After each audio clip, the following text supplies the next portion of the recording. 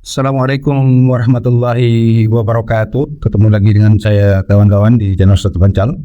Dalam dinamika kehidupan kita sehari-hari kawan-kawan, kita sering dihadapkan pada keputusan sulit yang memerlukan ketelitian dan keberanian kita. Bagaimana kita bisa yakin bahwa keputusan yang kita ambil adalah keputusan yang terbaik? Nah, kawan-kawan, video kali ini kita akan sedikit membahas strategi dan sedikit tips untuk membantu kita dalam menghadapi tantangan-tantangan dalam membuat keputusan secara tepat, secara cepat, dan benar. Jangan biarkan kawan-kawan keputusan membebani pikiran kita, pikiran Anda, pikiran saya. Mari kita temukan cara membuat pilihan dengan cara yang baik. Mari kita mulai kawan-kawan. Bagaimana membuat keputusan secara cepat, secara tepat, namun juga benar. Kawan-kawan, dalam kehidupan kita sehari-hari, kita sering dihadapkan pada berbagai pilihan dan keputusan yang harus kita ambil. Mulai dari hal-hal kecil seperti memilih makanan untuk sarapan misalnya, hingga hal besar seperti memilih instrumen investasi, memilih pekerjaan, atau bahkan memilih pasangan. Kawan-kawan, dalam beberapa kasus kita memiliki waktu yang cukup untuk mempertimbangkan berbagai pilihan dan membuat keputusan yang lebih matang. Akan tetapi kawan-kawan, dalam banyak kasus lain kita dituntut untuk membuat keputusan secara cepat, secara tepat, namun juga benar, bahkan dalam waktu yang singkat. Nah, kemampuan membuat keputusan secara cepat dan tepat dan juga benar adalah salah satu keterampilan penting yang harus dimiliki oleh setiap orang, baik dalam kehidupan pribadi maupun kehidupan secara profesional, kawan-kawan. Nah, kemampuan ini dapat membantu kita untuk mencapai tujuan-tujuan kita, mengatasi masalah-masalah kita, dan memanfaatkan peluang-peluang yang ada di depan mata kita. Kawan-kawan, ada beberapa tips dalam membuat keputusan secara cepat dan juga tepat. Sedikit dari saya kawan-kawan, beberapa tips yang dapat kita ikuti dalam membuat keputusan secara cepat dan tepat. Yang pertama, tetapkanlah tujuan yang jelas. Nah, langkah pertama ini kawan-kawan dalam membuat keputusan adalah pentingnya kita menetapkan tujuan yang jelas. Apa yang ingin kita capai dengan keputusan yang akan kita ambil nantinya. Apa yang menjadi pertimbangan utama kita dalam mengambil keputusan-keputusan itu. Nah, kawan-kawan, dengan menetapkan tujuan yang jelas, insya Allah kita akan lebih mudah untuk mengevaluasi berbagai pilihan dan memilih opsi yang paling sesuai dengan tujuan kita, dengan rencana kita.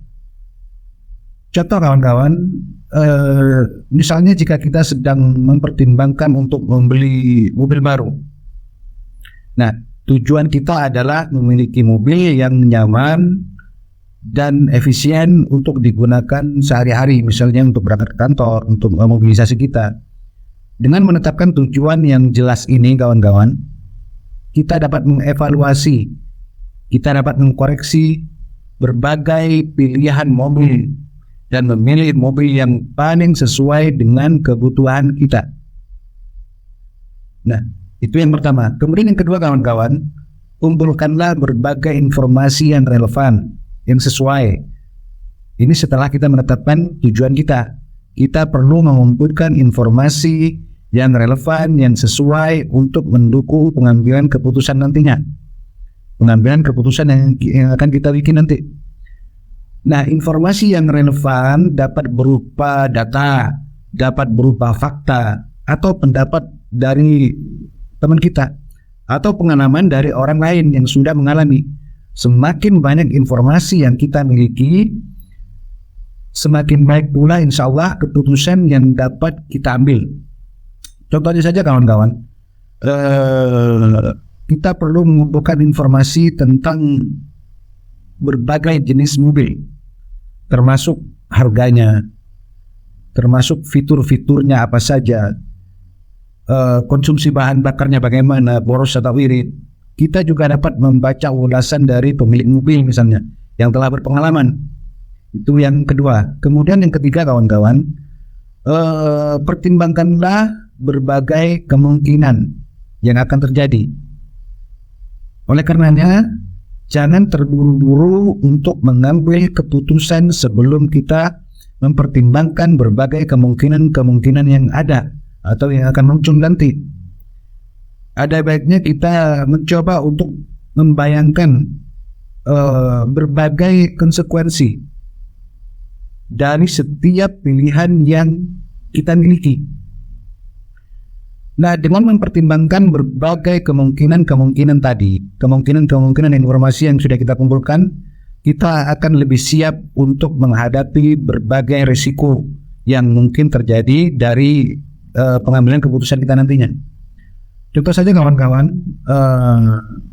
kita perlu mempertimbangkan berbagai faktor seperti harga, seperti fitur-fiturnya tadi, bagaimana mobilnya dalam konsumsi bahan bakarnya, irit ataukah boros.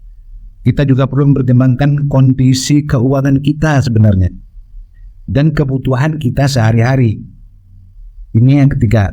Kemudian selanjutnya kawan-kawan, yang keempat, buat daftar pro dan daftar kontra, positif dan negatif. Salah satu cara efektif untuk mempertimbangkan berbagai kemungkinan adalah kita membuat list, membuat daftar antara positifnya apa, negatifnya apa ya. Nah, dengan membuat daftar tadi, setiap pilihan yang kita miliki tadi, hal ini akan membantu kita untuk melihat secara lebih jelas, secara lebih gamblang keuntungan dan kerugian dari setiap pilihan yang kita buat nantinya.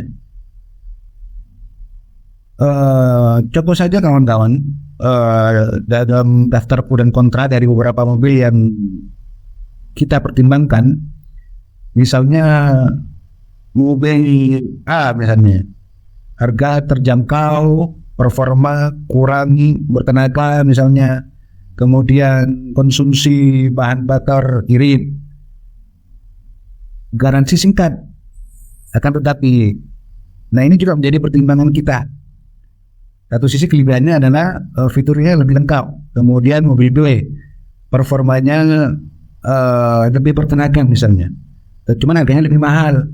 Konsumsi bahan bakarnya lebih boros. Garansinya panjang. Ini kelebihannya. Kemudian pertimbangan lagi ada mobil ketiga atau mobil C.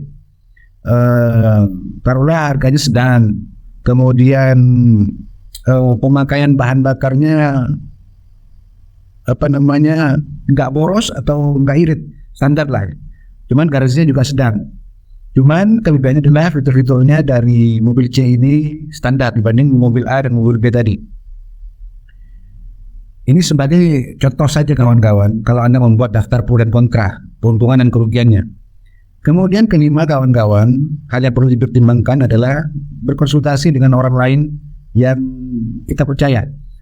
Jika kita merasa kesulitan untuk membuat keputusan secara cepat, tidak perlu ragu untuk berkonsultasi dengan orang lain yang kita percayai, atau mungkin ahlinya, orang yang berpengalaman, yang mungkin atau jelas memiliki perspektif yang berbeda yang dapat membantu kita untuk melihat masalah dari sudut pandang yang berbeda. Ini perlu dipertimbangkan untuk bertanya kepada orang yang lebih tahu. Contoh saja kawan-kawan, kita dapat berkonsultasi dengan teman kita, dengan keluarga, atau dengan rekan kerja. Tapi ingat, harus kita percaya ya. Dan mereka memiliki pengalaman dalam membeli mobil, misalnya, karena mereka sudah lebih dulu mempunyai mobil. Kita juga dapat berkonsultasi dengan tenaga ahli, dengan profesional seperti konsultan keuangan berkaitan dengan biaya yang kita butuhkan, atau dengan ahli otomotif misalnya. Itu yang kelima. Yang keenam, kawan-kawan, buat keputusan dengan cepat. Jika kita memiliki waktu yang terbatas, kita harus membuat keputusan ini sesegera mungkin, secepat mungkin. Akan tetapi kawan-kawan, jangan sampai kita terkesan terburu-buru dalam mengambil keputusan, dan akhirnya kita mengambil keputusan yang salah. Suatu saat akan kita sesali. Kawan-kawan, gunakanlah informasi yang kita miliki untuk membuat keputusan yang terbaik dalam waktu yang singkat. Misalnya saja kawan-kawan, jika kita mungkin harus membuat keputusan dengan cepat, jika kita perlu mobil misalnya untuk segera kita gunakan. Nah, dalam hal ini kawan-kawan, kita perlu membuat atau memprioritaskan faktor-faktor yang paling penting bagi kita, seperti harganya berapa, fiturnya bagaimana, konsumsi bahan bakarnya irit atau boros. Itu yang keenam. Kemudian yang ketujuh kawan-kawan, evaluasi lagi keputusan kita, koreksi lagi keputusan kita. Itu setelah kita mengambil keputusan penting untuk mengevaluasi keputusan kita, untuk memastikan bahwa keputusan tersebut tepat, setidaknya tidak salah. Evaluasi keputusan kita dengan mempertimbangkan berbagai faktor, termasuk hasil dari keputusan tersebut, dampak dari keputusan tersebut, dan apakah keputusan tersebut sesuai dengan kebutuhan kita, sesuai dengan tujuan kita, sesuai dengan rencana atau budget kita misalnya. Contoh saja, setelah kita membeli mobil misalnya kawan-kawan, kita perlu mengevaluasi apakah keputusan yang kita ambil sudah merupakan keputusan yang tepat.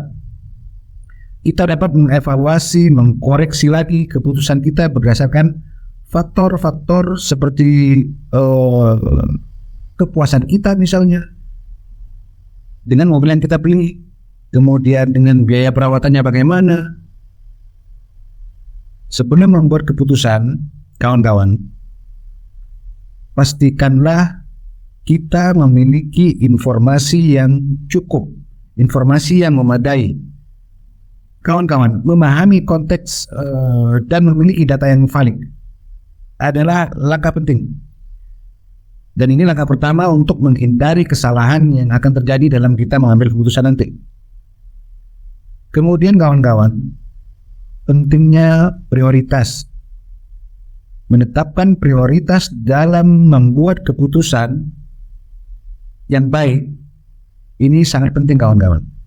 Tentukan faktor-faktor atau elemen-elemen yang kritis yang perlu kita pertimbangkan dan tetap fokus pada tujuan utama kita. Kemudian kawan-kawan, analisa risiko. Setiap keputusan pasti ada risikonya, membawa risiko baik buruk atau baik. Nah, evaluasilah kembali potensi risiko dan manfaat dengan cermat, secepat mungkin sebelum membuat keputusan. Ini membantu kita kawan-kawan dalam mengantisipasi konsekuensi yang mungkin terjadi, baik buruknya. Kemudian sedikit tips kawan-kawan untuk membuat keputusan yang tepat, cepat, akurat, namun benar. Yang pertama yaitu buatlah kerangka waktu yang jelas kawan-kawan. Menetapkan batas waktu untuk pengambilan keputusan kita. Ini akan membantu kita untuk mencegah proses analisis yang berlebihan. Dengan adanya kerangka waktu, kita kasih waktu sendiri, ngasih target sendiri, kita diharuskan untuk fokus pada informasi yang paling relevan, yang paling sesuai. Jadi ini fungsinya untuk menghemat waktu juga kawan-kawan. Kemudian ada perlunya kita melakukan brainstorming, mengumpulkan ide dari berbagai sudut pandang dapat membantu kita dalam melengkapi gambaran secara menyeluruh sebelum kita membuat keputusan. Menggunakan teknik brainstorming untuk merangsang kreativitas kita dan memastikan tidak adanya aspek yang terlewat. Nah, ini pentingnya kita mengumpulkan berbagai ide, kawan-kawan. Kemudian perlunya kita memberi nilai pada setiap pilihan. Memberi nilai atau memberi bobot pada setiap opsi membantu memvisualisasikan dampak potensial, kawan-kawan. Ini akan membantu kita dalam menentukan pilihan terbaik yang sejalan dengan tujuan dan nilai yang sesuai dengan diri kita. Nah, kawan-kawan, di samping tips-tips yang tadi saya sampaikan, ada beberapa tips tambahan yang saya pikir ini wajib kita pertimbangkan, ya, yang dapat kita ikuti untuk membuat keputusan secara tepat, namun juga cepat. Yang pertama itu hindarilah emosi, karena ini dapat mempengaruhi pengambilan keputusan kita, kawan-kawan. Jika kita sedang emosi, kita cenderung untuk mengambil keputusan yang kurang atau bahkan tidak rasional. Oleh karenanya, kawan-kawan, menghindari emosi saat kita membuat keputusan ini sangat-sangat penting. Kemudian beristirahatlah, kawan-kawan. Jika kita merasa bingung atau tidak yakin dengan keputusan yang harus kita ambil, yang harus kita buat, ada baiknya kita beristirahat dulu sejenak. Beri waktu otak dan pikiran kita untuk healing, untuk memproses informasi yang kita dapatkan agar kita bisa membuat keputusan yang paling tepat. Kemudian ini nggak kalah pentingnya adalah berlatihlah, kawan-kawan. Semakin sering kita berlatih membuat keputusan yang dalam waktu cepat, dalam waktu singkat, semakin baik kita akan menjadi seorang pemimpin misalnya. Oleh sebab itu, kawan-kawan, cobalah untuk membuat keputusan dalam berbagai situasi secara cepat dan evaluasi lagi, mulai dari hal-hal kecil hingga hal besar. Oke, Indian, kawan-kawan, kemampuan kita dalam mengambil keputusan secara cepat namun juga benar adalah keterampilan yang sangat penting untuk kita miliki. Dengan mengikuti beberapa tips sederhana dari saya tadi, insya Allah kita dapat meningkatkan kemampuan kita, meningkatkan skill kita dalam membuat keputusan yang tepat dalam waktu cepat, bahkan dalam waktu yang sangat singkat, tanpa terkesan buru-buru. Membuat keputusan yang cepat dan tepat adalah keterampilan yang dapat diasah sebenarnya, kawan-kawan. Semua orang bisa memiliki itu, asal mau mengasahnya. Dengan memahami faktor-faktor yang mempengaruhi pengambilan keputusan dan menerapkan tips-tips yang saya sampaikan tadi, insya Allah, kawan-kawan, kita dapat meningkatkan kemampuan kita dalam membuat keputusan dalam waktu singkat, keputusan yang cepat, namun juga benar. Karena seringkali kita melihat ada orang yang cepat memberi keputusan tapi dia salah. Ini dapat membawa kita menuju kesuksesan, insya Allah. Ingatlah, kawan-kawan, bahwa setiap keputusan adalah peluang untuk belajar.